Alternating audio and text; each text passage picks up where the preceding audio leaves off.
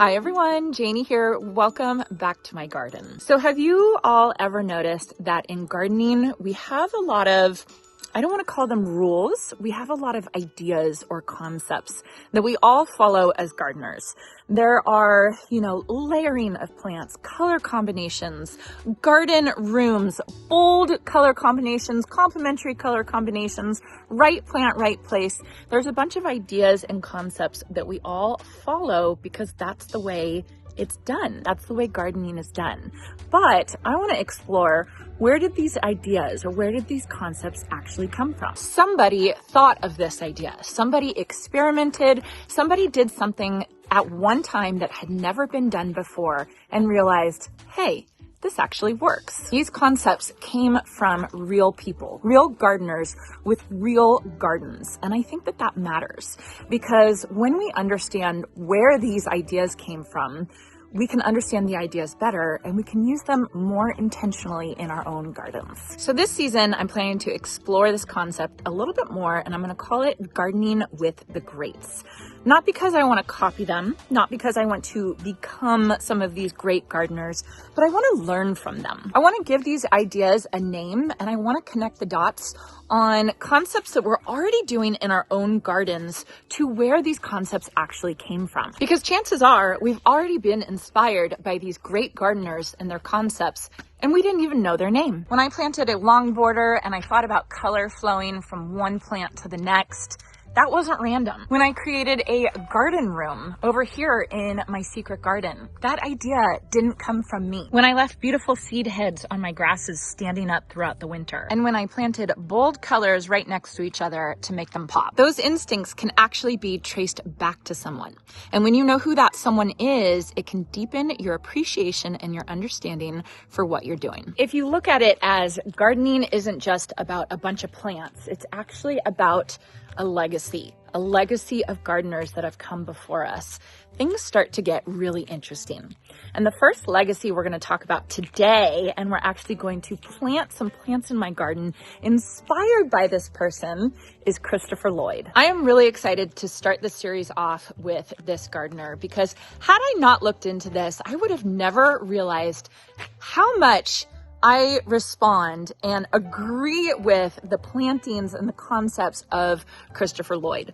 He gave boldness, saturated colors in the garden a name. He looked at traditional planting, traditional garden design, and he said, yeah, I don't think so. So Christopher Lloyd was a British gardener and writer who gardened at his family home, Great Dixter. And for those of you who watched my channel for a while, you know that my long border along the south side of my driveway, the long border is inspired by the long border at Great Dixter. And little did I know, I thought Great Dixter was all the work of Gertrude Jekyll, who is another great gardener that we're going to explore in this series. But what I didn't realize is that Gertrude Jekyll came before Christopher Lloyd at Great Dixter. Gertrude Jekyll worked with the architect, worked with building the frame, the structure of the garden at Great Dixter, and Christopher Lloyd basically took it up to a 10. And this is a perfect way to describe the gardens at Great Dixter, because the gardens at Great Dixter are known, it's not a static garden. It's not a garden frozen in time. It's a garden that's constantly evolving. Plants were moved, new combinations were tested, mistakes were made, and new ideas were formed. Great Dixter was a living, breathing experiment of a garden, and Christopher Lloyd wasn't interested in safe. He wanted interesting. He wanted exciting. Christopher Lloyd was the first gardener that challenged the idea that gardens had to be polite. They had to follow the rules. He was known for his plant combinations, his bold plant combinations, like orange and purple together, like red and pink together, like planting tropicals in a formal English garden. He was crazy, but he trusted himself and he trusted his eye. And if something felt vibrant and alive, he planted it. And it really came across in his beautiful garden at Great Dixter. And whether you realize it or not, so many of us follow the concepts that he pioneered. I follow the concepts that he pioneered all the time in my garden. I talk about it all the time, how much I love deep, saturated colors and color combinations. and I didn't realize that it came from this gardener. Christopher Lloyd did pass away in 2006, but he was relatively contemporary, right? So you can think about how structured and polite and following the rules gardeners must have been like before he came along and started planting these crazy color combinations and crazy plant combinations together at Great Dixter. Now, I will say I've never been to Great Dixter, but it is on my list. I want to go there so badly, and one day I will get there. But for now, and through this series, I'm going to be planting plant combinations, color combinations, different plants in my garden inspired by these great gardeners. And this one for Christopher Lloyd, I had to do a bold color combination that I would have never chosen in my garden, and that is pink and red. Yes, this is a pink lavender, you guys. I found this at the garden center the other day. I was looking for a pink and red combination for my Christopher Lloyd garden, and I was looking at this beautiful pink fuchsia dianthus to go with these amazing red geraniums. Aren't these just absolutely gorgeous? And then they were putting out these Spanish lavenders. What are these called? These are called lavish pink Spanish lavender. Oh my goodness, they are so beautiful, and I just thought how perfect to have pink Spanish lavender, bold red geraniums. How perfect and Christopher Lloyd is that to be planted in my garden? Isn't that an amazing color combination? So the lesson that Christopher Lloyd leaves with us isn't that it's about planting pink and red together or planting orange and purple together. What it's about is that gardens are allowed to have a personality. They're allowed to have fun. They don't have to follow the rules, all the rules that we always do. One of my favorite rules to break, which I know not everybody loves this, is, you know, they always say when you're starting a garden to put your pathways in first, put your hardscape, then put your trees, then put your shrubs, and finally finish with your annuals.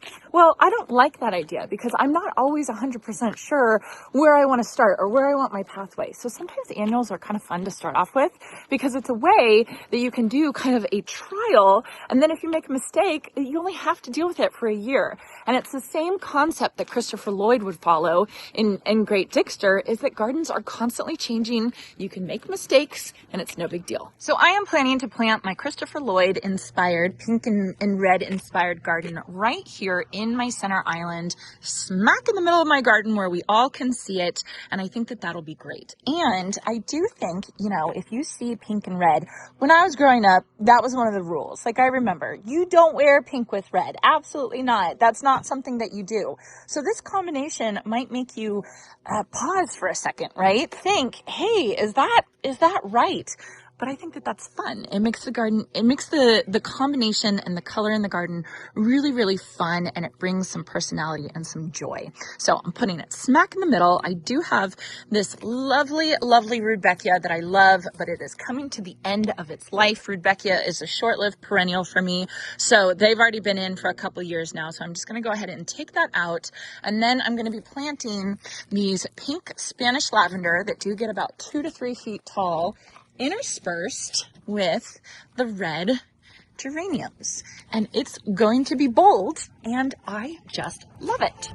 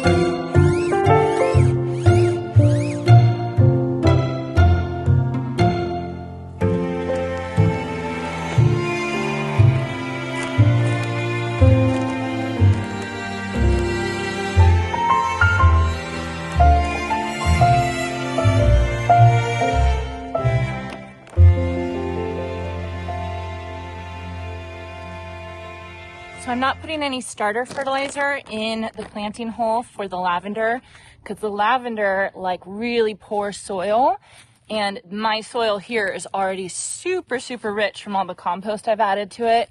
So I don't need to add anything else to these planting holes. The geraniums though, they like it.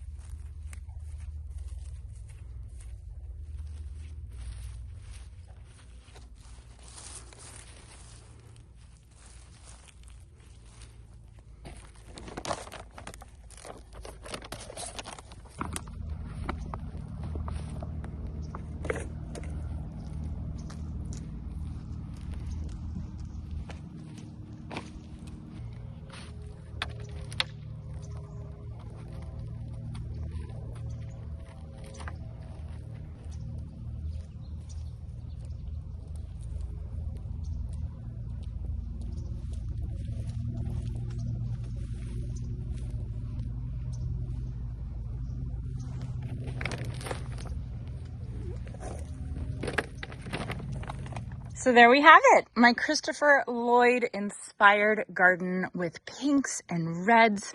It's going to be so very interesting, I think, this year to see how this garden fills in, evolves, and to take a page from Christopher Lloyd, what he's taught us. If we don't like it, just take it out. It's no big deal. Gardens are not static. Gardens are not, one and done and you finish and it's your final choice. It's a fun thing to play with your garden and play with different colors and different color combinations. So I am just so happy that I got to explore Christopher Lloyd, and hopefully this helps all of you when you're thinking about bold color choices in your garden. When you kind of have that pause and you think, I don't know, I say, go ahead and do it. Take a page from Christopher Lloyd's book, go ahead and do it. And if you don't like it next year, you can always take it out. So over the next couple weeks, I have a couple more great gardeners that I want to explore it with all of you and explore it with plantings throughout my garden, not to copy them, but to learn from them and to understand them and to see how their ideas have already shaped our own gardens, and maybe to be a little more confident in the choices that we make ourselves. Because when you know the story behind an idea, you can see it a little differently. You carry yourself differently. You talk about it differently. I don't know, there's a story behind it. So if you've ever planted something bold and wondered if it's too much or if you're not following the rules, just know boldness has a name. It's Christopher Lloyd. We've all learned from him and we thank him. I hope you all enjoyed this, and I hope you all have a chance to get in your garden today.